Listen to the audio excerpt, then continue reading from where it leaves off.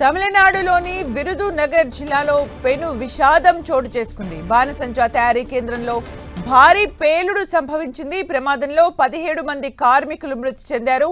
మరో 9 మంది కార్మికులు తీవ్రంగా గాయపడ్డారు. గాయపడిన వారిని స్థానిక హాస్పిటల్కు తరలించి చికిత్స అందిస్తున్నారు. మృతుల సంఖ్య పెరిగే ఛాన్స్ ఉంది. విరుదునగర్ జిల్లా కట్టనార్పట్టిలోని ఓ బాణసంచా ఫ్యాక్టరీలో కార్మికులు బాణసంచా తయారీలో నిమగ్నమై ఉండగా ఈ ప్రమాదం జరిగింది. పేలుడు ధాటికి ఫ్యాక్టరీలోని గదులు పూర్తిగా ధ్వంసమయ్యాయి. పేలుడు ధాటికి కిలోమీటర్ల మేర ప్రకంపనలు సంభవించాయి.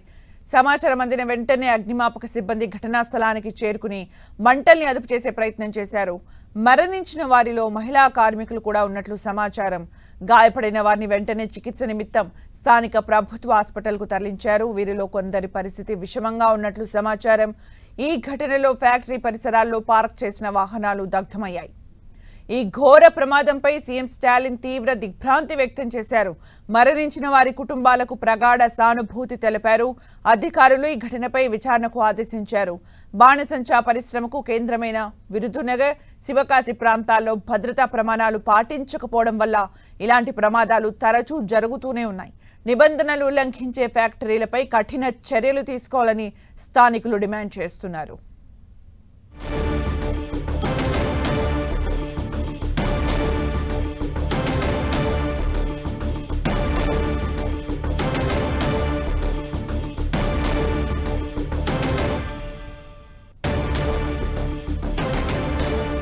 తమిళనాడులోని విరుదునగర్ జిల్లాలో పెను విషాదం చోటు చేసుకుంది. బాణసంచా తయారీ కేంద్రంలో భారీగా పేలుడు సంభవించింది. ఈ ప్రమాదంలో 17 మంది కార్మికులు మృతి చెందారు. మరో 9 మంది కార్మికులు తీవ్రంగా గాయపడ్డారు. గాయపడ్డ వారిని స్థానిక హాస్పిటల్కు తరలించి చికిత్స అందిస్తున్నారు. అయితే మృతుల సంఖ్య పెరిగే ఛాన్స్ కనిపిస్తోంది. విరుదునగర్ జిల్లా కట్టనార్పట్టిలోని బాణసంచా ఫ్యాక్టరీలో కార్మికులు బాణసంచా తయారీలో నిమగ్నమై ఉండగా ఈ ప్రమాదం జరిగింది. పేలుడు ధాటికి ఫ్యాక్టరీలోని గదులు పూర్తిగా ధ్వంసమయ్యాయి. పేలుడు ధాటికి కిలోమీటర్ల మేర ప్రకంపనలు సంభవించాయి. ఇక పూర్తి సమాచారం మా ప్రతినిధి మురళి అందిస్తారు. మురళి, ఇప్పటి వరకు మనకు అందిన సమాచారం ప్రకారం దాదాపు 18 మంది మృత్యువాత పడ్డారు.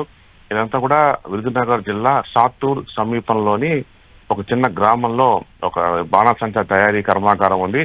ఇక్కడే ప్రస్తుతం ప్రమాదం చోటు చేసుకుంది. కొద్దిసేపటి క్రితమే ప్రస్తుతం ఆపద్ధర్మ మంత్రులుగా ఉన్న రామచంద్రను, అట్లాగే తెన్నేరుసు, వీరి తంగం తెన్నేరుసు అని వీరిద్దరు కూడా మినిస్టర్లు ప్రస్తుతం ఘటనా స్థలానికి వెళ్లారు. అక్కడ సహాయ కార్యక్రమాలు పర్యవేక్షిస్తున్నారు. ఈ ఘటనపైన ఇప్పటికే ఆపద్ధర్మ సీఎం గా ఉన్న స్టాలిన్ ఘటనపైన ఏం జరిగింది ఏంటి ఆరా తీశారు. వెంటనే సహాయ కార్యక్రమాలకు వేగవంతం చేయాలని వాళ్ళని కొంతమంది 2 మినిస్టర్లు పంపించారు. అట్లాగే స్వయంగా జిల్లా కలెక్టర్, విరుదునగర్ జిల్లా కలెక్టర్ తో కూడా స్టాలిన్ మాట్లాడడం జరిగింది. ప్రస్తుతం సహాయ కార్యక్రమాలు అయితే ప్రస్తుతం కొనసాగుతున్నాయి. దాదాపు 18 మంది ప్రస్తుతం మృత్యువాత పడి తెలుస్తూ ఇందులో సుమారు 8 మంది మహిళలు ఉన్నట్టుగా చెప్తున్నారు. ఇంకా కూడా అధికారికంగా కన్ఫర్మ్ కావాల్సింది. ప్రస్తుతం దాదాపు 6 ఫైర్ ఇంజిన్ల సాయంతో మంటలను ఆపే ప్రయత్నం ప్రస్తుతం కొనసాగుతూ ఉంది. అంటే మురళి, ఈ రోజు జరిగిన ప్రమాదాన్ని చూస్తుంటే భద్రతా ప్రమాణాలు కారణంగా కనిపిస్తోందా, లేకపోతే అక్కడ షార్ట్ సర్క్యూట్ కారణంగా కనిపిస్తోందా? ప్రాథమికంగా ఎలాంటి నిర్ధారణకు వచ్చారు? నిజానికి టపాకాయల తయారీ గోడలు జరిగే ప్రమాదాలు ప్రధానంగా 2 రకాలుగా ఉంటుంది. ఒకటి అంటే మానవ ప్రమేయం, అంటే ఎవరన్నా అటువైపు బీడీ తాగుతూ, సిగరెట్ తాగుతూ, లేదా ఏదో ఒక రూపంలో మంట పెట్టి అక్కడ పొరపాటును విసిరేయడం, లేదా మీరు అన్నట్టుగా ఏదైనా షార్ట్ సర్క్యూట్ లాంటివి జరగడం. లేదు, రెండవది నిజానికి బాణసంచా తయారీలో చాలా మెలకువలు పాటించాల్సి ఉంటుంది. అంటే టపాకాయలు కేవలం చేత్తోనే, అంటే యంత్రాల ద్వారా కాకుండా ఇక్కడ చేత్తోనే తయారు చేస్తూ ఉంటారు. వాటిని లోపల మందు ఏదైతే మందుగుండు లోపల పెట్టి పేపర్ల సాయంతో, అట్ల సాయంతో వాటిని దారాల్లో చుట్టాల్సి ఉంటుంది. అయితే వీటిని చేతిలో చుట్టే క్రమంలో వాటి మీద సరైన ఒత్తిడి ఉపయోగించాలంటే చాలా లూజుగా కట్టకూడదు, అట్లాగే బిగుతుగా కొట్టకూడదు. ఒక సరైన ఒత్తిడి దానిపైన ఒత్తిడి కల్పిస్తూ దాన్ని తయారు చేయాలి. కొంతమంది తెలియక వాటిని గట్టిగా కట్టే ప్రయత్నం చేస్తారు. ఎప్పుడైతే దాన్ని గట్టిగా కట్టే ప్రయత్నం చేస్తారో ఒక్కసారిగా టపాకాయ పేలుతుంది. ఇట్లాంటి ప్రమాదాలు చాలా సార్లు జరిగాయి. అంటే అక్కడ పనిచేస్తున్న వారి తప్పిదం కూడా దీనికి ఒక కారణం కావచ్చు. ఎందుకంటే మొత్తం ఇక్కడ కొన్ని లక్షల ఖరీదైన టపాకాయలు ఒకే సందర్భంలో ఒకే చోట కనిపిస్తూ ఉంటాయి. కాబట్టి 1-2 టపాకాయల పేరున కూడా మొత్తం గోడౌన్ అంతా క్షణాల్లో మంటలకు, అగ్నికి ఆహుతి ఆగిపోతూ ఉంటుంది. కాబట్టి ఇవాళ జరిగిన ఈ ప్రమాదానికి కారణం మాత్రం ప్రస్తుతం ఆరా తీస్తూ ఉన్నారు. ఇప్పటికైతే దాదాపు 14 మృతదేహాలను అయితే గుర్తించారు. 16 మృతదేహాలని వీరంతా కూడా దగ్గరలో ఉన్న విరుదునగర్ జిల్లా ప్రభుత్వ ఆసుపత్రికి మృతదేహాలను తరలించారు. వీళ్ళంతా కూడా సమీపంలో ఉన్న గ్రామస్తులను చెప్తున్నారు. వీరందరూ కూడా ఈ ప్రాంతంలో వాసులకి ఈ టపాకాయల తయారీ గోడౌన్లో పనిచేయడమే ఉపాధి. ఉదయం వేస్తే నేరుగా ఈ టపాకాయలు తయారు చేసి సాయంత్రం ఇంటికి వెళ్ళిపోతూ ఉంటారు. ఏ రోజు బత్యం ఆ రోజు వీళ్ళకి అందుతూ ఉంటుంది.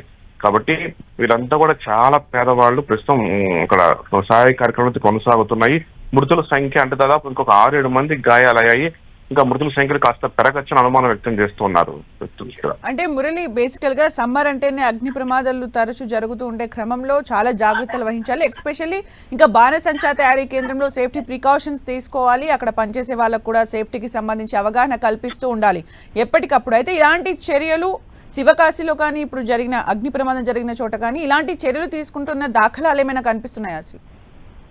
అంటే మనకు తెలుసు, మొత్తం తమిళనాడులోని విరుదునగర్ జిల్లా, శివకాశి జిల్లా, ఈ 2 జిల్లాల్లోనే వేల సంఖ్యలో టపాకాయల తయారీ కేంద్రాలు ఉన్నాయి. ఇందులో సగాని వరకు దాదాపుగా అనుమతులు లేనివే ఎక్కువగా ఉంటాయి. అంటే వీటిని అనుమతులు లేకుండా అనధికారంగా వీటిని నిర్వహిస్తూ ఉంటారు. నిజానికి అనుమతులు ఉన్నవి కూడా చాలా వరకు ఏదైతే ప్రమాద నివారణ చర్యలు పాటించారు, ప్రధానంగా ఫైర్ సేఫ్టీ ప్రికాషన్స్ కంపల్సరీగా పాటించాలా. అంటే ఆ గోడౌన్ చుట్టూ ఒక ఫైర్ ఇంజిన్ తిరిగేంత స్థలం ఉండాలి. అంతేకాకుండా ఎప్పటికప్పుడు ఫైర్ ఎగ్జాస్టర్స్, అట్లాగే కొంత ఇసుక, నీళ్లు అవంతా కూడా సిద్ధం చేసుకుని ఉండాలి. అట్లాగే సిబ్బంది కూడా కొన్ని జాగ్రత్తలు పాటించాలా. అయితే ఇప్పటి వరకు కూడా అట్లాంటి ఒక నాణ్యత ప్రమాణాలు, అదే జాగ్రత్త ప్రికాషన్స్ ఎవరు కూడా తీసుకునే పరిస్థితి కనిపించట్లేదు. ఫైర్ సిబ్బంది కూడా వీళ్ళ పట్ల నామమాత్రంగా వ్యవహరిస్తూ ఉంటారు. చాలా సులువుగా లైసెన్స్ తెచ్చుకుంటూ ఉంటారు. లైసెన్స్ తెచ్చుకున్న వాటిలో కొన్ని రకాల ప్రమాదాలు జరుగుతాయి. లైసెన్సే లేకుండా ఉన్నవి మరికొన్ని ఉన్నాయి. ఇక్కడ ఇంకా ప్రమాదం జరుగుతుంది. సరిగ్గా వారం క్రితం ఇదే విరుదునగర్ జిల్లా సాత్తూరు సమీపంలో జరిగిన టపాకాయల గోడౌన్ కి అయితే పూర్తిగా లైసెన్సే లేదు. అక్కడ కూడా ఫైర్ ప్రమాదం జరిగింది. దాదాపు 15 మందికి పైగా దురణం పాలయ్యారు. మరి ఇవాళ జరిగిన ప్రమాదం తాలూకు గోడౌన్ కు ఇంకా లైసెన్స్ ఉందా లేదా మాత్రం ఇంకా ఫైర్ అధికారులు నుంచి ప్రకటన రాలేదు.